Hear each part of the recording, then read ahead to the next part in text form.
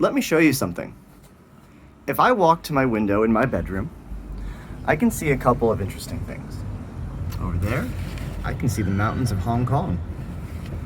But if I turn this way, I can see the most important view I have of the virus crisis.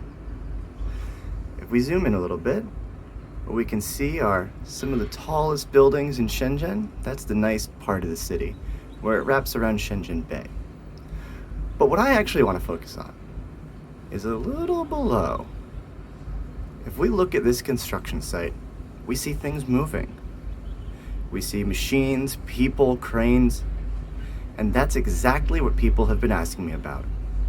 When are things going to start moving again?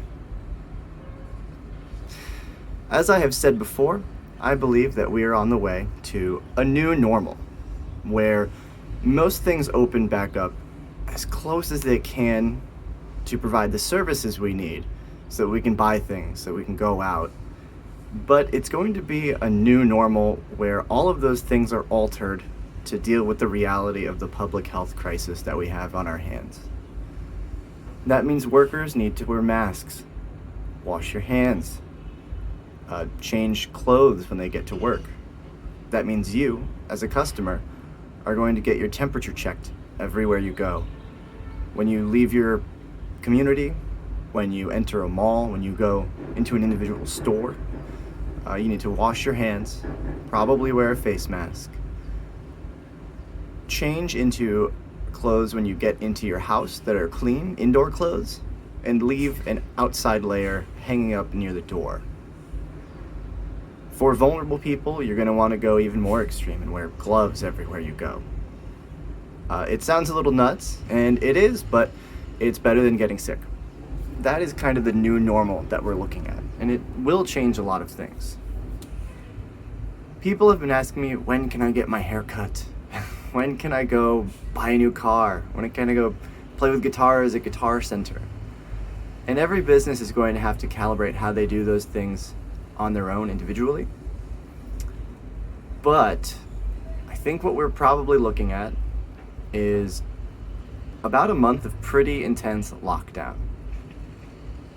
After that month of intense lockdown, which gets people used to the new normal, they can slowly start opening things up. I live in China, but most of my friends and my questions have come from the US. I can tell you from my experience, what happened here is essential services never closed. That means pharmacies, grocery stores, and a bunch of other basic things that you literally need to live. That means a lot of people weren't working, and that means a lot of people were working overtime. Hospital workers, people preparing their businesses to move into online mode. People that can work from home had a kind of nice adjustment, unless it made major changes to their job. So besides the absolute necessities for society to function, which included delivery men, grocery store workers, some of the lowest paid people in our society have been deemed essential to its functioning. I just think that's wild. Anyway, if we move on, the next thing to open up were restaurants, which came pretty quickly, doing delivery and takeout, limiting contact with the public, between their workers and the public. And one thing I noticed was the chain stores opened up faster. They have more robust supply lines and logistics to get all of their materials to their restaurants.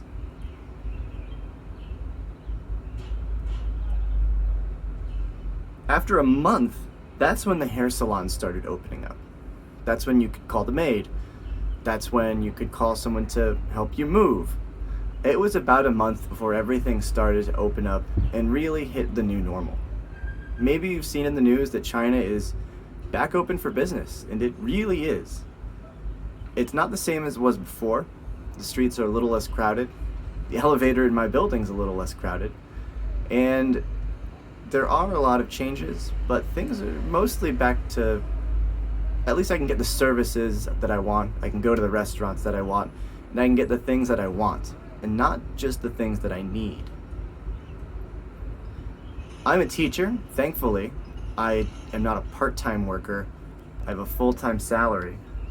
Uh, what happened for me is we delayed the start of our semester, but when I got back, it was intense days of preparing for a new online semester. Our teaching materials were not designed for online use, so we had to go through everything. I had to train everyone and do an intense week of work, training, adapting materials, and getting used to this software that we emergency shopped and found so that we could continue working. Now in China, there's the public schools that the kids go to for a long time every day, but then after that, there are dance lessons, music lessons, English cram schools, like the one I work at. And this means that all of these transferred to online mode. So now kids in China spend 18 hours a day sitting in front of their computer. It is possibly my worst nightmare.